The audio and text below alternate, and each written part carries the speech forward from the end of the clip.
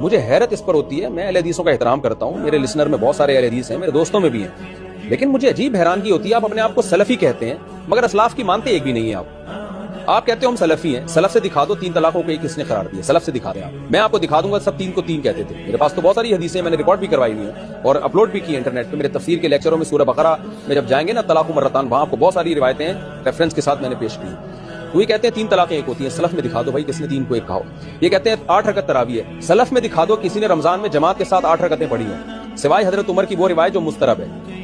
اس پہ تو کلام ہے نا، اس کے علاوہ کوئی دکھا دو کسی نے اسلاف میں رمضان میں جماعت کے ساتھ 8 رکعت تراویح پڑھی ہے۔ آپ کہتے ہیں ہم سلفی ہیں، سلف میں دکھا دو کسی عورت نے مردوں کی طرح نماز پڑھی ہے۔ امام بخاری نے صرف ایک خاتون کا تذکرہ کیا جو مردوں کی طرح نماز پڑھتی تھی، اس کا مطلب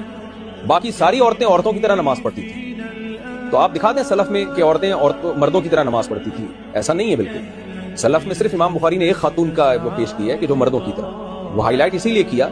کہ جو چیز جو تفرد ہوتا ہے نا وہ نمایاں ہو جاتا ہے۔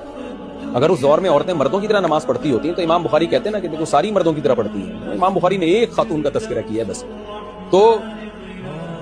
سلف میں آپ دکھا دیں کہ کوئی ہر قسم کے موضوع پہ مسئلہ کو انہوں نے جائز قرار دیا، کوئی سلف میں دکھا دیں، تو نام رکھ لینے سے نہیں آپ سلفی ہو جاتے، آپ اسلاف کو حقیقی معنی میں فالو کریں۔